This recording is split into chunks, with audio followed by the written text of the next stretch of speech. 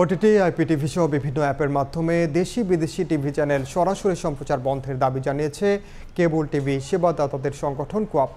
একই সঙ্গে আইএসপিগুলোর মতো কেবল অপারেটরদেরও ইন্টারনেট সেবা প্রদানের সুযোগ দেওয়ার দাবি জানিয়েছে সংগঠনটি। এজন্য আইএসপির জন্য রেগুলেটরি এবং লাইসেন্সিং গাইডলাইনের দুটি ধারা বাতিলের আহ্বান জানায় কোয়াপ। সকালে রাজধানীর আগারগাঁওয়ে বিটিআরসি ভবনের সামনে আয়োজিত মানববন্ধনে এ দাবি জানান কোয়াপ নেতারা। মানববন্ধনে কোয়াবের পক্ষ থেকে ৬টি দাবি তুলে ধরা হয়। এসব দাবি দ্রুত বাস্তবায়নে সরকারের কাছে দাবি জানিয়েছেন কেবল টিভি সেবাদাতারা।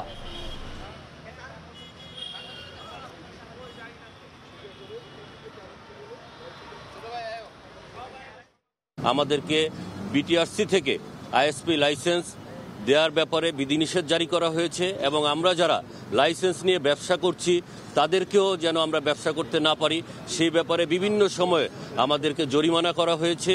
সরকারের কাছে অনতিবিলম্বে এই সাথে যে ৬ ধারাটি আছে এটা বাতিল চাই।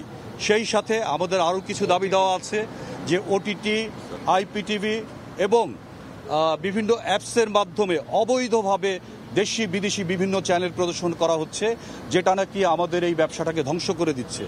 অনতিবিলম্বে এই সকল অ্যাপসগুলো বন্ধের দাবি জানাচ্ছে।